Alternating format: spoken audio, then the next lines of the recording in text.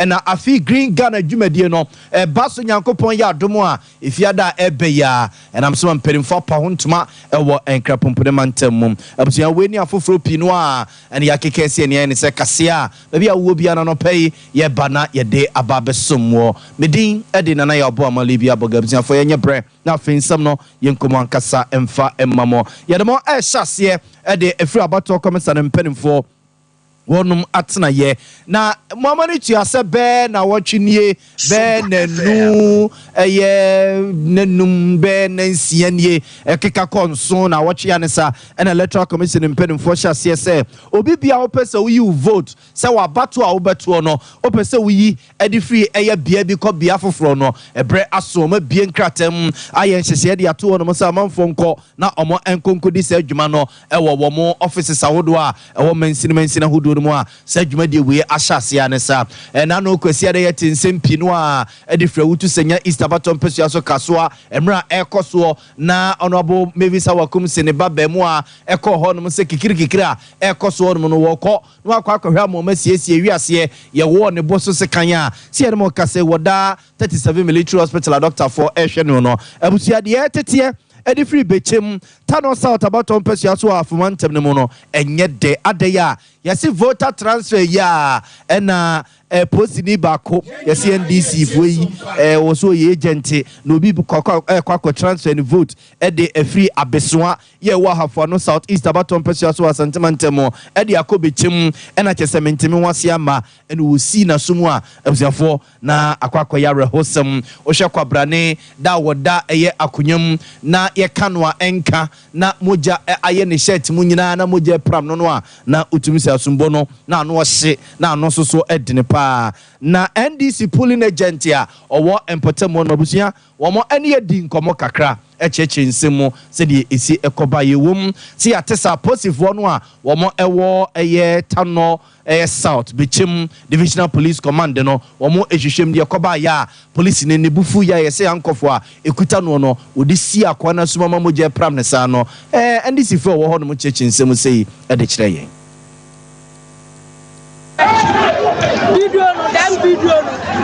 video no police ni mu a na de han ko fa abo no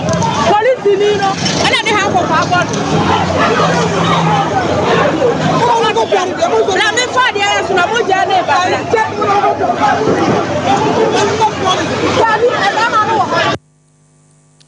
amzan fonti we ye de course no enti omo kire mu a awura ya moje pra no ase na ni echi apai no onu no mom e no to na ba ewo abesua ye wo hafo no South East Abaton pesua so ewo asantemantam e na all transfer and vote e de free abesua kronim e de akobichim ye wo Tano South Abaton pesua so ewo ahafomantam no mu na oduru ho no mo no a okwa yen hyehyeye no na odi hyehyeye so ama yetima yi ne vote no e de efiri abesua ho no mo e de akobichim no e na sede asem no okokan ye o se e de ade ne koba ye o ene ne yesi prosinin tana manfo keka e yatie no wode eye hankofu kuta no esi awura na sumu a ekopa na ni echi a moja na pram ne sa no nti woni ana ewo honom na omo echeche nsemu kakra e de a kire no yatesa positive a ewo bechim asemi omsuso omo aswate ema mfifimu ekoso yesembo se de besie bia no yemfa enkamemo yento nsem no somamo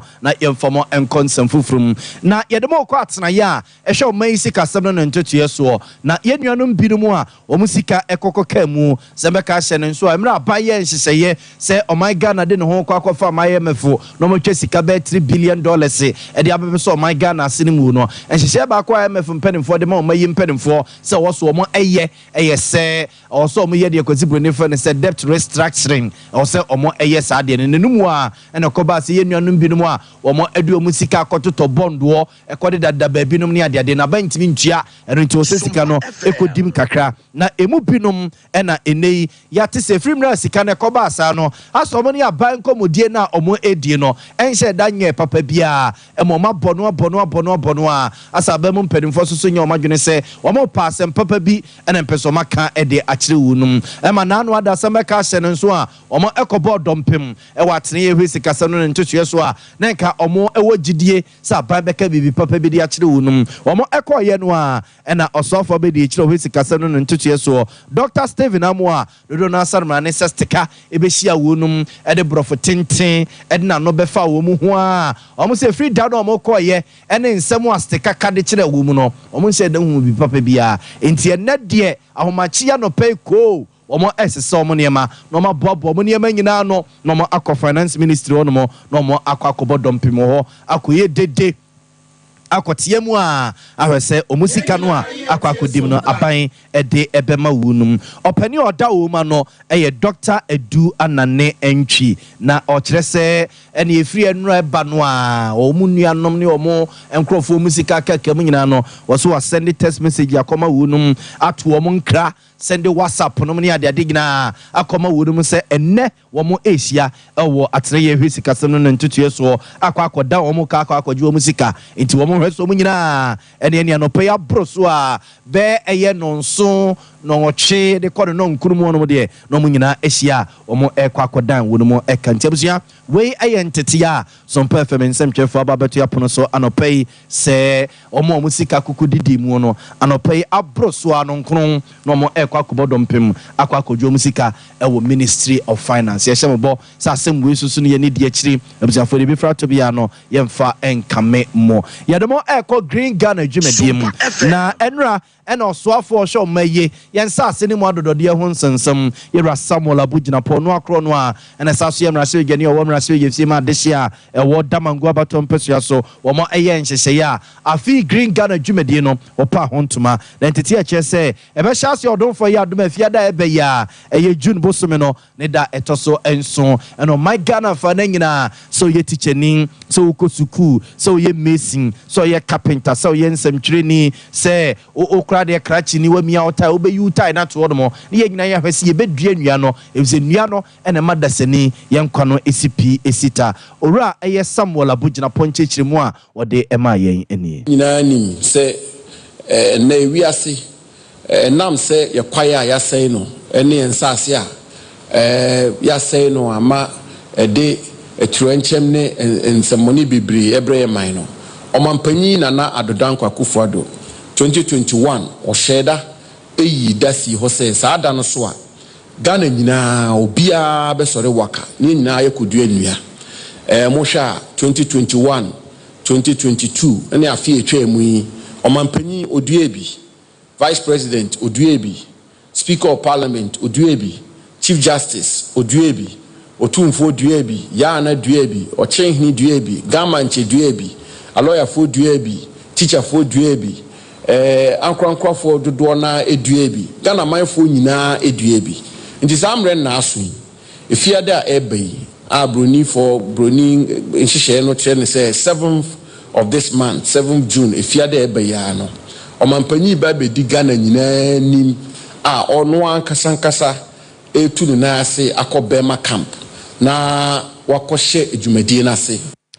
Abzanfonti weye ayo soafo hwe omaye yensa ase ne mu adodode ho nsensem yewura Samuel Abugina po na yetene nka na obobo niema so kakra ede ekire ye no yedemo consem fufurum Institute of Economic Affairs etweneti aka ne se aye mpenimfo atrase ebunkunta na anu dum so yehu ne kakra no wonoma asesen womo a chese omunyuma guye womo soso womo braba akwakoye bibibi de ono soso na dwuma nam kwa mu a ekwakogu a woye won hia enye yesese aye mpenimfo atrase ebusa nkunta no asese ne nyina ede ababeto Ghanafo anim owura Samuel Menu na okọ ayya eba survey nyina ohweso ede ema wunum ochechimu ede ekire yense dum so no say na affect omunduma omoye ebia u fia say na affect omunduma na omunduma say na affect omunduma no say dum so na so ye kese ma ewo omunduma na omofie ne omoyo omofie no be we or how much you be if you so that is about 70 I say how much that's one person I want money na in some places so as one it is saying na dum so as I say be and I say be am actually sika bi ana na pina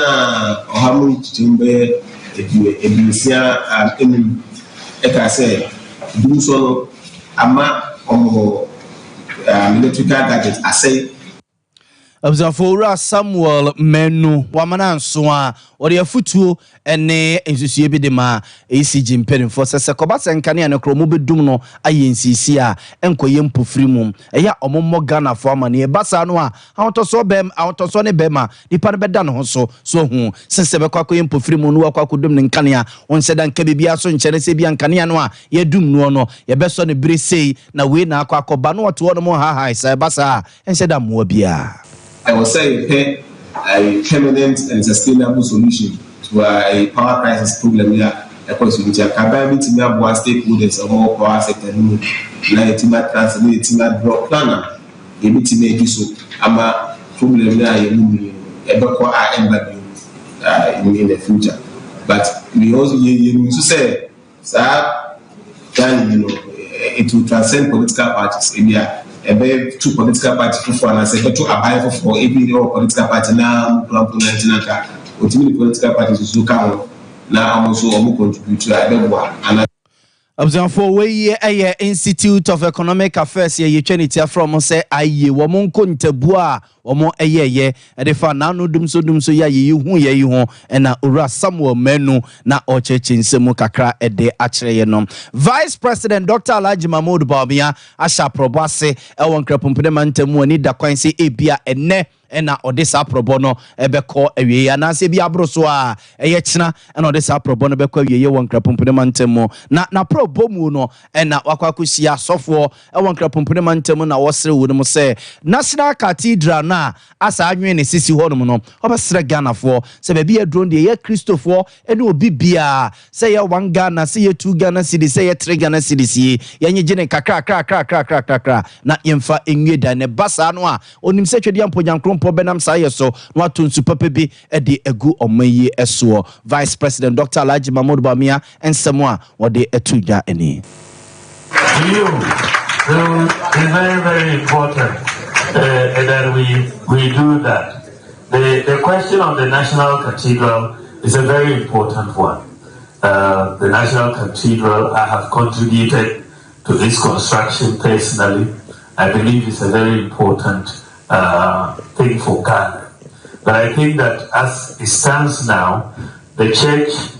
has to come together and government and let us sit down and talk about the way forward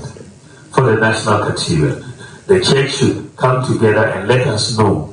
the best way forward, how we can even get private resources to help us to complete the cathedral. But I think it is possible. We should not say it is not possible. Let us all sit back together and figure out the way forward. Abzanfo Reme Danira no an seno Vice President Dr. Alhaji Mahmoud Bawumia ne yetene kan we emra na one ye papa no masofo bi no ehia e won krapompode mantam edi enkomo owura osabute aba se yobi a wabene ye pa e obambo ho nsensem wakase mpunu a epunu wakase nhia ehye na ose eya na ye ne nwanwa sa sendisi amanyokodi ato omutirim sa chenchene a afia abato no a yeto no December bosome de to so no kese kwan bia so e ose omo edinkunmo se ote saade no na ohun saade no a na se ne ho eya kwakodwiri no saade no susu yade bia ehu pa edemo mayi ene yekabma minka bia yekutamu sese ne osese koba se electoral commission mpemfo ntutu bia also mu ye bia o maye bibia da ho no mo fan wiase nyina ni tuam sa baya yekoto ye de ye ntimo bia nsa nkozisi obia na se okokɔwe na se ososo no wo de ase otirim se chenkyere wo se odinkunimo a bia no akwakoye niema ensem fata na ekwakoha oman no se no eni ade a osuro ede emoma yesese kasa sa de emwo oman kanko because democrat na ya dia to so de democrat na ya twa bani na dia ke di dia for support thinking and we do that. You kasa ni timi at all costs or some na bini what's important to you chairman that things you have been man say what's the detail politics and your elections process are elections really are not won on election day we renew open school and your process in registration transfer of vote, special voting day, election day, and the capital of election. It's a process. It's a process. Election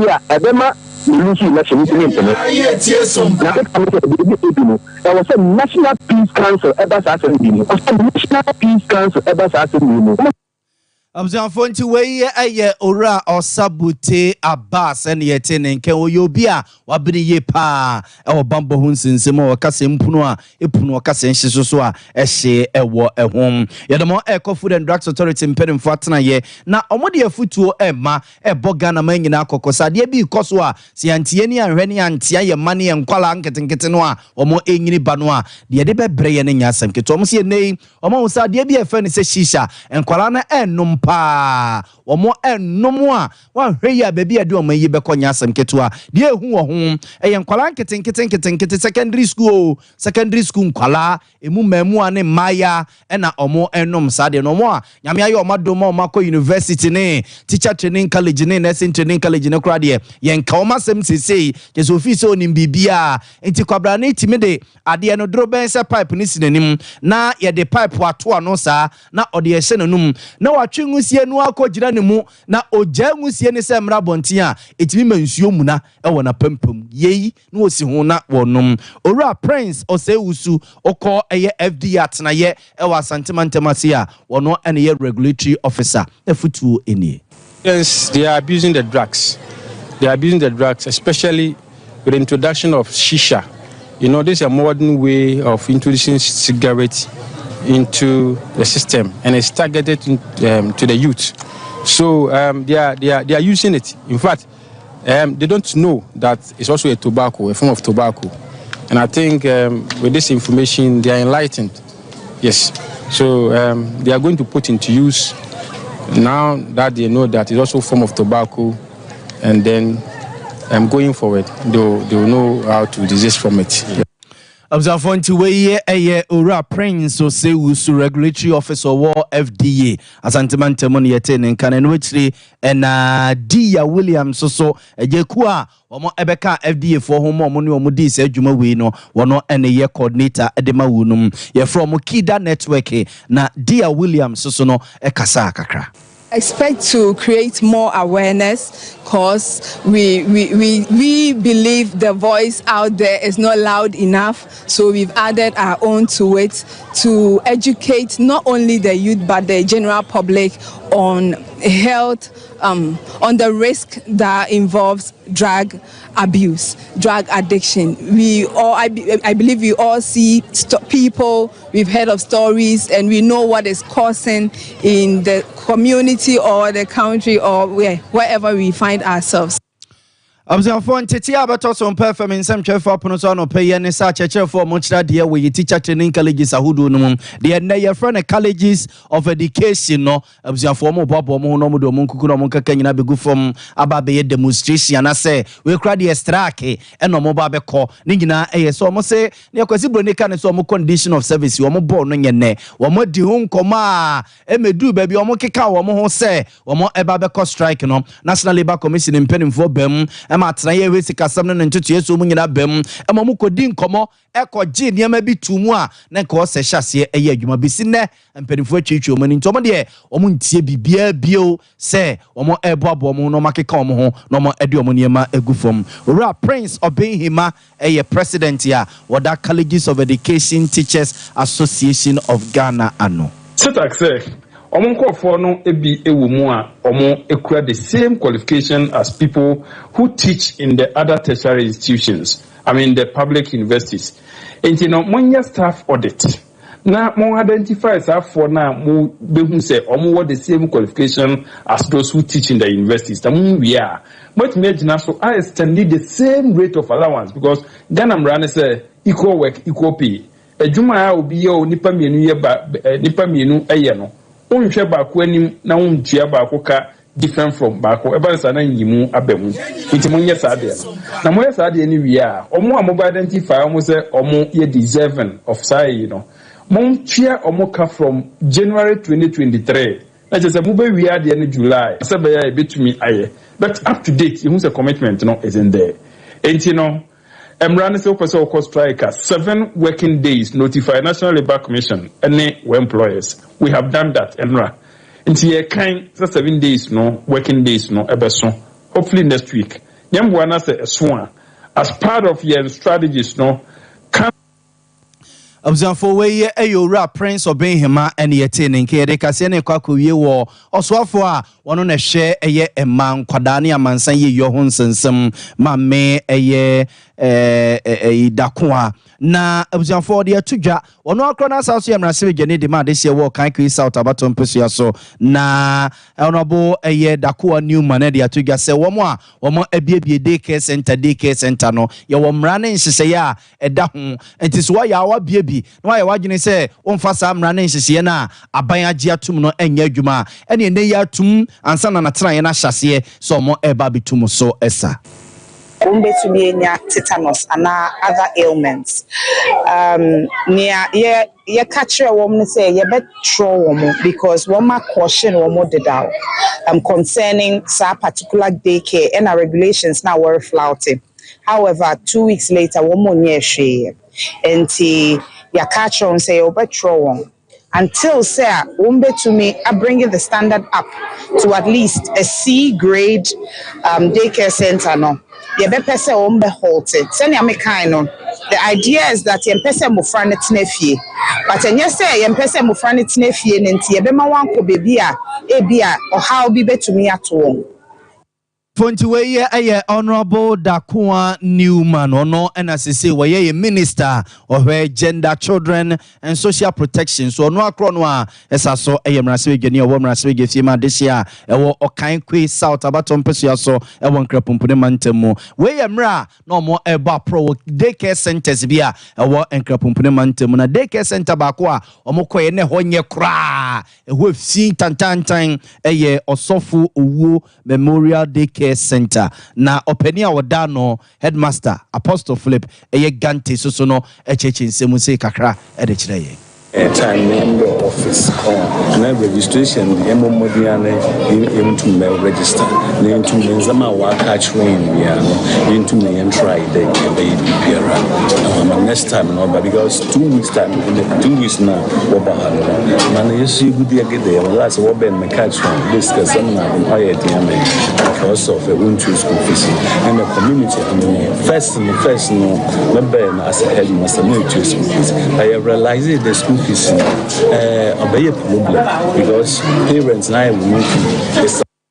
Observe Fontiwe aye gender minister aye Honorable Dakua Newman na proba oboye wonkrapumpune mantemu daycare centers ya wonkrapumpune mantemu de omudi omu huni de omuni omu huni ene wo kai wo sese wa bia bi wo ba bia wo semra ene nsese eda ho ntimi ni huni wo daycare center na wo bie no a amanfo do mo ema eba no atum ansa na wo mo aduru ho no yegira we so na no pɛ ye de kase ne siase ne asore amoman hene atena se ade ache bia dwumadi abusafo eto amuso anope yakosi asomua ena echinchim fidie no ede ema me bedi ede nana yabo amali bia boga anope susu no abusafo yasaso amamache bia